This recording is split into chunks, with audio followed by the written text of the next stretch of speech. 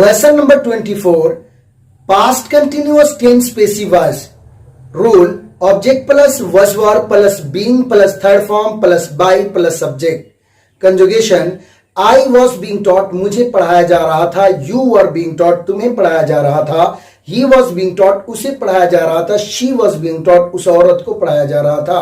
I was not being taught, मुझे नहीं पढ़ाया जा रहा था. You were not being taught, तुम्हें नहीं पढ़ाया जा रहा था. He was not being taught, उसे नहीं पढ़ाया जा रहा था. She was not being taught, उस औरत को नहीं पढ़ाया जा रहा था. Was I being taught, क्या मुझे पढ़ाया जा रहा था. Were you being taught, क्या तुम्हें पढ़ाया जा रहा था. Was he being taught, क्या उसे पढ़ाया जा रहा था. Was she being taught, क्या उस औरत को पढ़ाया जा रहा था. Why was I being taught, मुझे क्यों पढ़ाया जा रहा था. Why were you being taught, तुम्हें क्यों पढ़ाया जा रहा था. Why was he being taught, उसे क्यों पढ़ाया जा रहा था. Why was she being taught, उस औरत को क्यों पढ़ाया जा रहा था. डियर स्टूडेंट्स, जैसे मैंने आपको पास्ट कंटिन्यूअस टेंस के ताल्लुक से कंजुगेशन और स्ट्रक्चर को सुनाया है, आप भी इसी तरीके से अजबर याद करके अपने साथी और असातिज़ा से सुनाइए. साथ ही साथ इस क्लास के ताल्लुक से जो प्रैक्टिकल दिया गया है उसे बार बार पढ़िए और जो उर्दू के जुमले दिए गए हैं उसकी अंग्रेजी बनाइए. अंग्रेजी के जुमलों को उर्दू में तर्जमा कीजिए. बाकी तफसीली तौर पर इस क्लास को समझने के लिए नेक्स्ट वीडियो क्लिप को बगौर देखिए. Assalamu alaikum wa rahmatullahi wa barakatuh. How are you, dear students? Are you well? I hope so. This is Khurshid Anwar Qasmi, your online English teacher and trainer. Today in this video lecture, I am going to explain about a very important grammar lesson. I hope you listen to me carefully and try to understand everything which I am going to explain on the whiteboard. But before starting the class, I humbly request you that please put out your notebook so that you can write all and everything which I am gonna explain on the whiteboard. Dear students, मैं खुर्शीद अनवर कासमी आज मैं आपके सामने फिर से एक नए video lecture के साथ हाजिर हुआ हूं.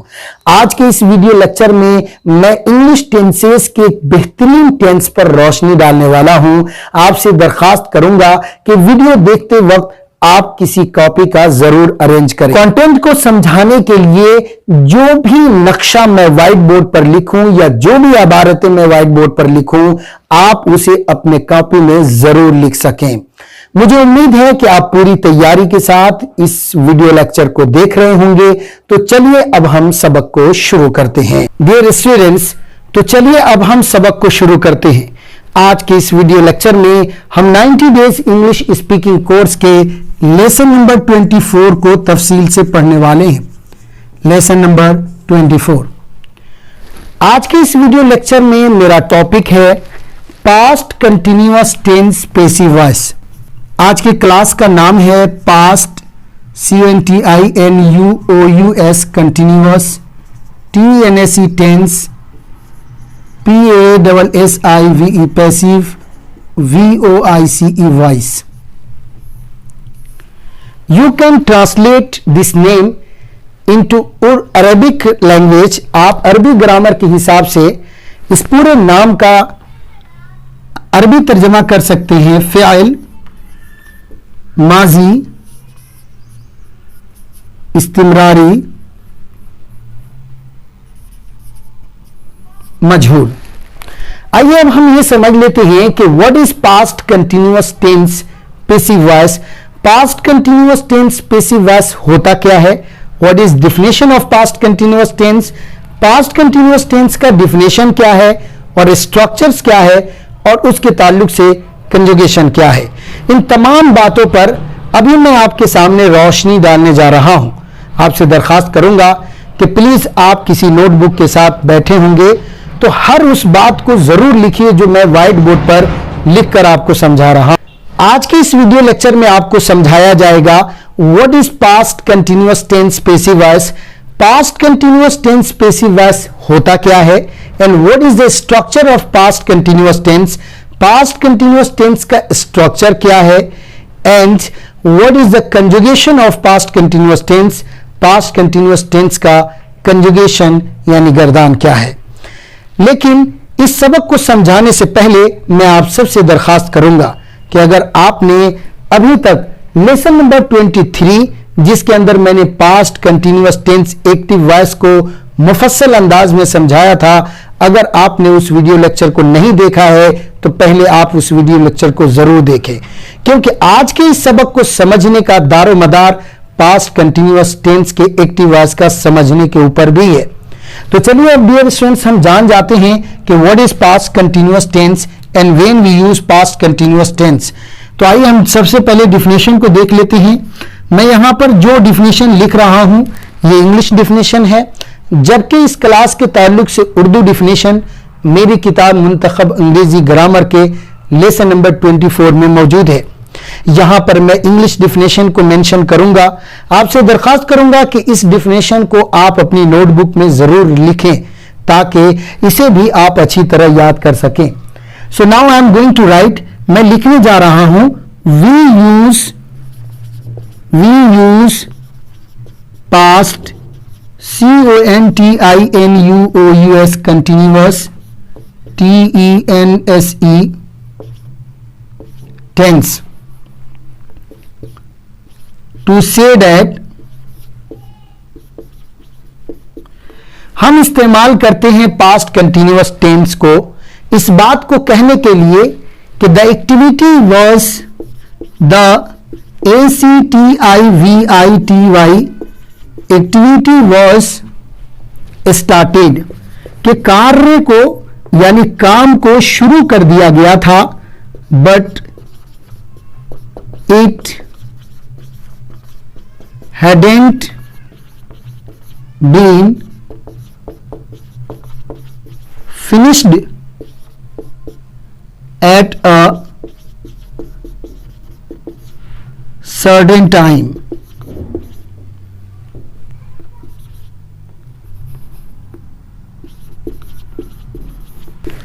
About which you are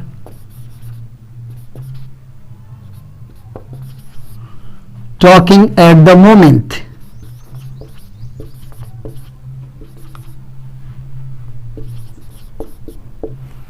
Listen to me carefully what I have written here. मेरी बात सुनिए और इसे हम पढ़ करके एक एक बात समझाने वाला हूं। We use past continuous tense, हम past continuous tense को इस्तेमाल करते हैं to say that, इस बात को कहने के लिए कि the activity was started, कार्य को शुरू कर दिया गया था, but it hadn't finished at a certain time, लेकिन एक मखसूस समय तक उस कार्य को अभी खत्म नहीं किया गया था। इट मीन्स दैट वो काम हो रहा था, but who was the doer of the action, लेकिन काम का करने वाला कौन था इस बात का जिक्र जुमले में ना हो, क्योंकि अगर काम के करने वाले का जिक्र होगा तो वो एक्टिव वॉइस हो जाएगा, और अगर काम का करने वाले का जिक्र ना हो, काम के करने वाले को छुपा दिया गया हो और सिर्फ इस बात को जाहिर किया गया हो कि कार्य किया जा रहा था बट करने वाला कौन था मालूम नहीं, तब हम इस्तेमाल करते हैं पास्ट कंटिन्यूअस टेंस को। So I am writing but it hadn't been finished at a certain time about which you are talking at the moment, यानी आज और इस वक्त जो आप माजी के किसी मखसूस समय के बारे में आप बात कर रहे हैं, उस वक्त कोई कार्य तो चल तो रहा था लेकिन उसका करने वाला मालूम नहीं था। If you are talking like this situation, अगर आप इस तरह की सूरत हाल के बारे में बातचीत करते हैं, so we use past continuous tense, हम पास्ट कंटिन्यूअस टेंस को इस्तेमाल करते हैं। किस तरह के सिचुएशन को? मैंने कहा कि इंग्लिश पढ़ाई जा रही थी, ये एक हिंदी जबान का जुमला है और उर्दू जबान का, इसमें गौर करें। इंग्लिश पढ़ाई जा रही थी, हु वॉज टीचर, पढ़ाने वाला कौन था, इट इज हिडन, ये चीज नामालूम है, छुपा हुआ है। डियर स्टूडेंट्स, उर्दू और हिंदी जबान के वो तमाम जुमले जो पास्ट कंटिन्यूअस टेंस से बिलोंग करते हैं, उसको आप कैसे पहचानेंगे कि ये पास्ट कंटिन्यूअस टेंस से ताल्लुक रखने वाले जुमले हैं? इसकी बेहतरीन और आसान तरतीब मैं आपके सामने जिक्र कर रहा हूं। आपके सामने कोई भी ऐसा जुमला आए, उसमें आप गौर कीजिए, आया ये कि उस जुमले के अंदर था, थी, थे है या नहीं। अगर उस जुमले में था, थी, थे अगर आप पा रहे हो तो आप इसके वजह से उसे पास्ट तस्वुर कीजिए। सो now I am writing here था, थी, थे। तो था, थी, थे अगर पाया गया उस जुमले के अंदर, तो इसे हम ये तस्वीर करेंगे कि ये पास्ट से ताल्लुक रखने वाला जुमला है।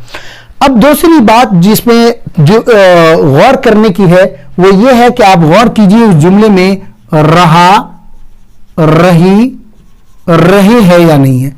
अगर उस जुमले में रहा, रही, रहे पाया गया है, सो रहा, रही, रहे ये कंटिन्यूअस के ऊपर दलालत करेगा और था, थी, थे ये पास्ट के ऊपर दलालत करेगा।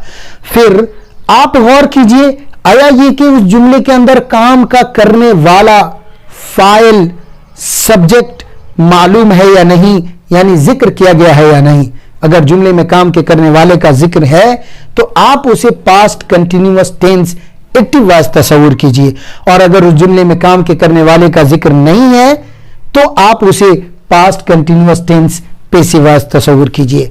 जैसे आपके सामने मैं बहुत से जुमले बोलने जा रहा हूं, इन तमाम जुमलों में उस बात पर गौर करें जो अभी थोड़े लम्हे पहले मैंने आपके सामने जिक्र किया।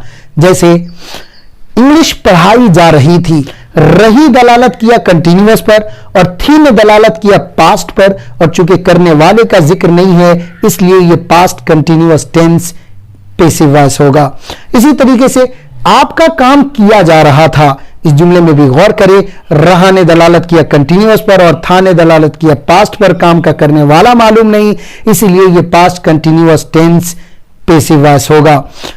घर की सफाई की जा रही थी, रही ने दलालत किया कंटिन्यूअस पर और थी ने दलालत किया पास्ट पर, इस तरह ये पास्ट कंटिन्यूअस करने वाला मालूम नहीं, इसलिए past continuous tense passive voice होगा। ऐसे ही दरख्त काटे जा रहे थे, उन लोगों को मारा जा रहा था, आपके जुमले की तस्हीह की जा रही थी, इस घर की मुरम्मत की जा रही थी, आपके गाड़ी को रिपेयर किया जा रहा था, घर को कलर किया जा रहा था, कमरे की सफाई की जा रही थी। इन तमाम जुमलों के अंदर आप गौर कीजिए तो वो कॉमन बात जो अभी मैंने आपके सामने जिक्र किया था पहचानने का, वो इसमें मौजूद है। ऐसे जुमलों को इंग्लिश लैंग्वेज में ट्रांसलेशन करने का क्या स्ट्रक्चर हो सकता है, क्या रूल हो सकता है, इस पर मैं रोशनी डालने जा रहा हूं। मैं आपसे दरखास्त करूंगा कि इस स्ट्रक्चर को भी आप अपनी कॉपी में जरूर लिखें। STRUCTURE स्ट्रक्चर या RULE रूल कह लीजिए, स्ट्रक्चर है।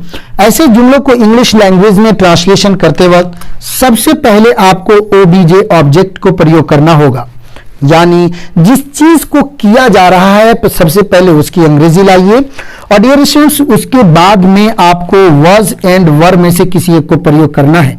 So I am writing here was and were and after that you will have to use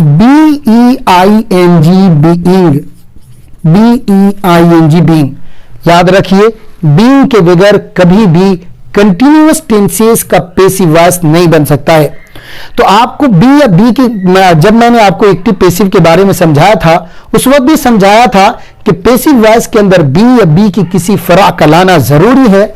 ऐसे में यहां पर कंटिन्यूअस टेंसेस के अंदर हम बीइंग लाते हैं, सिंपल टेंसेस के अंदर is are am was were या फिर सी बी को यूज करते हैं और परफेक्ट टेंसेस के अंदर बीइंग को प्रयोग करते हैं। बहरहाल यहां पर हम बीइंग को प्रयोग करेंगे and dear students after that you will have to use verb का थर्ड फॉर्म।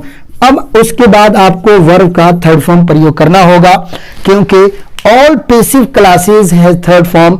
तमाम पैसिव क्लासेस के अंदर वर्ब का थर्ड फॉर्म ही प्रयोग किया जाता है। आप यहां पर वर्ब की कोई दूसरी फॉर्म नहीं इस्तेमाल कर सकते हैं।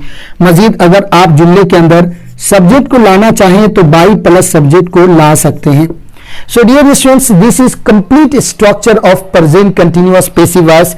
ये present continuous passive voice का complete structure है। Object plus was word plus being plus third form plus by plus subject।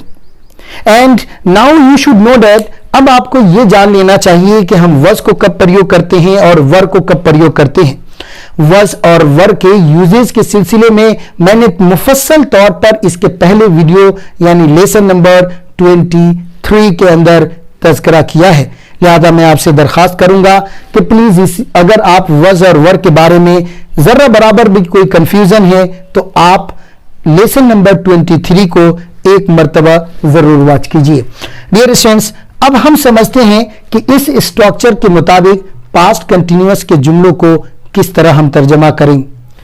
Dear students, अब हम ये समझ लेते हैं कि what is the conjugation of past continuous tense passive voice, कि पास्ट कंटिन्यूअस टेंस के पैसिव वॉइस क्या होता है। इसके तफसीली कंजुगेशन मेरी किताब मुंतखब अंग्रेजी ग्रामर के लेसन नंबर 24 में मौजूद है। मैं आपसे दरखास्त करूंगा कि आप उस कंजुगेशन को वहां से लिख लें और उसे याद कर लें। अब आइए समझ लेते हैं कि पास्ट कंटिन्यूअस टेंस के पैसिव वॉइस में लेसन नंबर 24 के अंदर किन किन इबारतों को हिफ्ज करना है।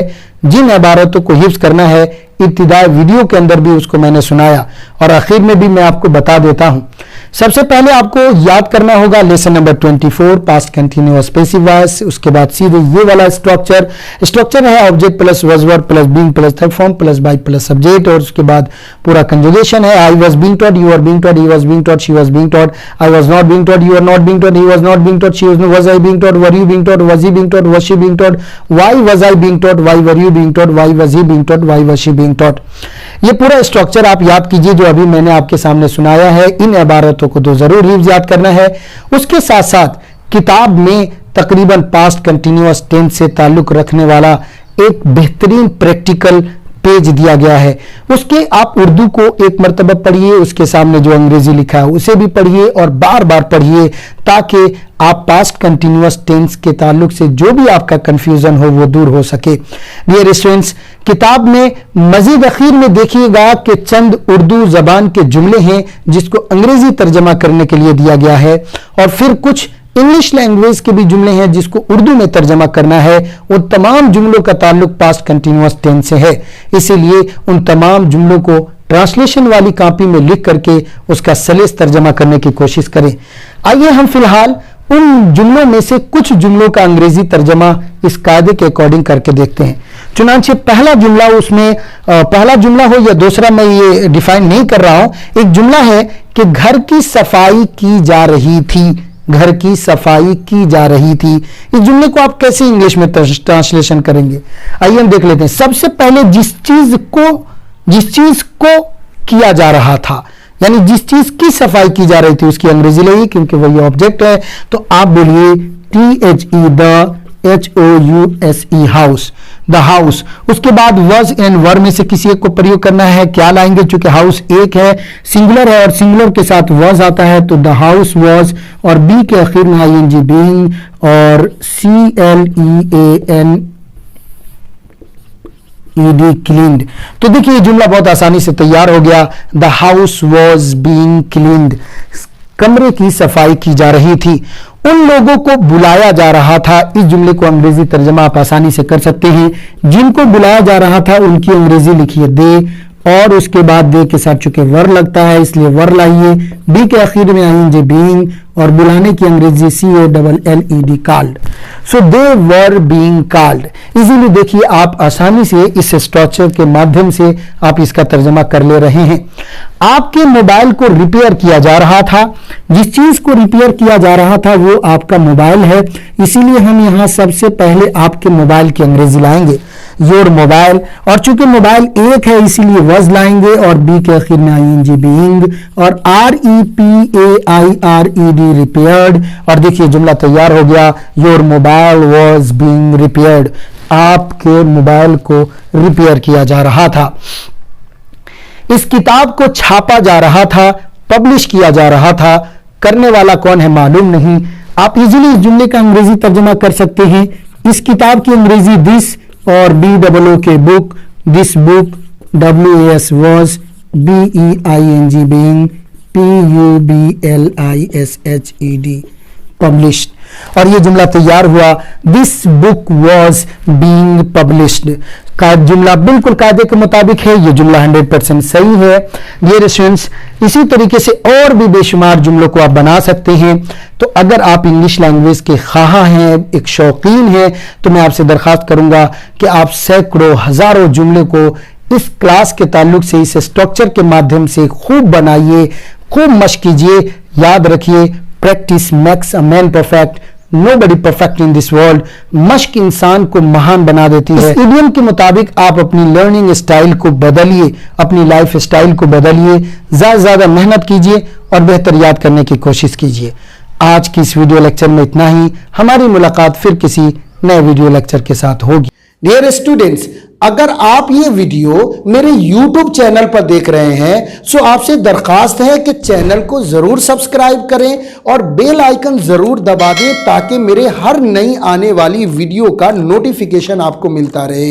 और अगर आप मेरी ये वीडियो मेरे IIL ऐप पर देख रहे हैं तो आपसे दरखास्त है कि प्लीज आप ऐप के लिंक को अपने दोस्तों तक जरूर शेयर करें। और अगर आप इस वीडियो को मेरे फेसबुक पेज पर देख रहे हैं तो प्लीज आप पेज को जरूर लाइक और शेयर करें और लगे रहिए खुर्शीद सर के साथ। एंजॉय कीजिए इंग्लिश लैंग्वेज की और अपने मुस्तकबिल को रोशन कीजिए। हम फिर मिलेंगे एक नेक्स्ट वीडियो के साथ। तब तक के लिए खुदा हाफिज। अस्सलामु अलैकुम व रहमतुल्लाहि।